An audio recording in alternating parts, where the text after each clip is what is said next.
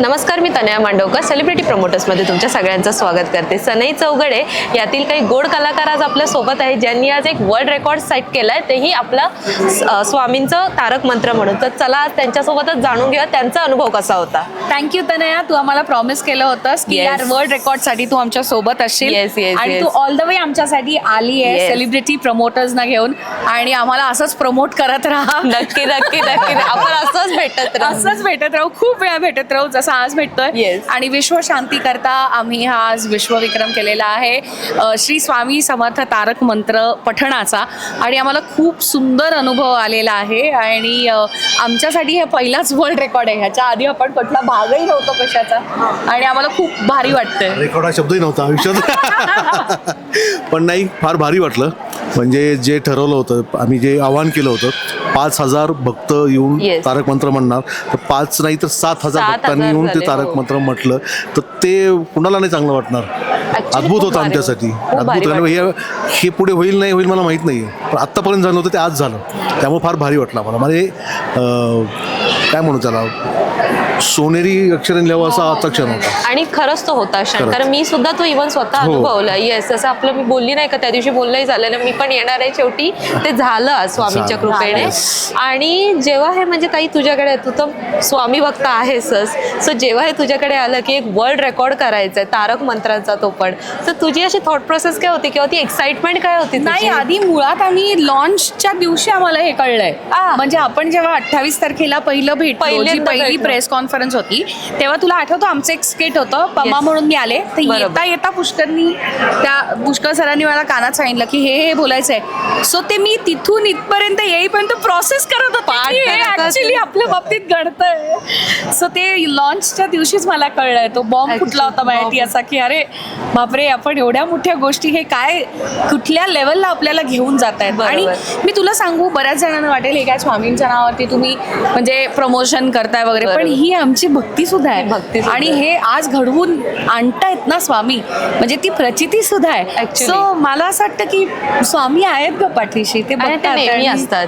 हो, बरं, एवढं तू बोल, जसं स्वामींना मानतेस तसं एखादा अनुभव की असतं बघ ना, की ही मोमेंट आहे तेव्हा फक्त स्वामीच माझ्या पाठीशी होते किंवा त्या मोमेंटला स्वामीच होते माझ्यासोबत, असं 24 तास घडतं माझ्या बरोबर. पण एखादी जी नेहमी आपल्या आठवणीत राहील अशा खूप आहेत, खूपच जास्त आहेत. कोणती सांगायला आवडेल तुला? म्हणजे पमाचं कॅरेक्टर म्हणू शकतेस तू, की नोव्हेंबरमध्ये मी असं स्वामींना म्हटलं की मी आता जिथे डबिंग करते किंवा मी जे निवेदन करते ह्याच्या पलीकडे काय, आता मला बऱ्यापैकी तिकडे जमलंय, सगळं बसलंय बसस्थान, पण आता मी तीच गोष्ट करते, नवीन नाविन्य काही नाही ह्याच्या बरोबर, तर पुढे मी काय करू हे सांगा. आणि डिसेंबरमध्ये याचा कॉल आला, म्हणजे ही प्रचितीच होती, या मार्गावर जा, आशीर्वादच होतात ते, पण त्यात पण स्वामी भक्त असतो. हो, आणि त्यातही म्हणजे एवढा वेळ काम करायचं, घर सोडून बाहेर पडायचं, बरोबर, तर ते जरा थोडंसं माझ्या कम्फर्ट झोनच्या बाहेर होतं, पण स्वामींचं रोज नाव घेऊन मी घराबाहेर पडते आणि करते हे सगळं. आणि खरंच खूप छान आहे ते. दादा, मी तुमच्याकडे येईन की तुमचा एखादा स्वामी पाठीशी आहेत असा तो अनुभव किंवा एक मोमेंट की नाही, इथे या मोमेंटला आपल्यासोबत ते स्वामीच होते, असं काही आठवण वगैरे एखादी? आठवण असं नाही सांगता येणार, पण मला जे काही मिळतंय ते कदाचित स्वामी देत असतील, मला ते कळत नसेल. हां, म्हणजे प्रत्येक गोष्ट कोणीतरी काहीतरी केल्यामुळेच होतं ना, ती दिलेली येते माझ्याकडे, भेटते मला सगळं आणि मी समाधानी होतो, तर कदाचित ती स्वामींनी दिली असावी, पण मला ते कळत नाही, कारण मी अजून तेवढा विचार नाही केलेला, असं मी म्हणेन.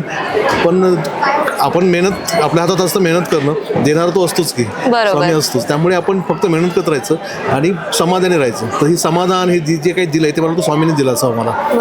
आणि इव्हन महाराष्ट्रात पण आपल्या बरेचसे असे शक्तीपीठ आहेत किंवा, पण हे आज आपण गुरुपीठला आहोत, स्वामींच्या गुरुपीठात आहोत, तर त्याचा एक वेगळा अनुभव कसा होता? कारण गुरुपीठ हे शेवटी गुरूंचं एक बोलताना स्थान असतं, सो त्याचं जेवढी ऊर्जा आणि म्हणजे एक शक्ती आम्हाला जाणवली, कारण सगळेच पॉझिटिव्ह मनानेच येतात ना, जेवढे लोक येतात आणि तेवढ्या सगळ्यांची पॉझिटिव्हिटी जेव्हा डबल टिबल होते तेव्हा तर ते एक वेगळाच अनुभव असतो. आणि आम्हाला इतकं शांत वाटलं गाभाऱ्यामध्ये, आम्हाला आरती करायला मिळाली.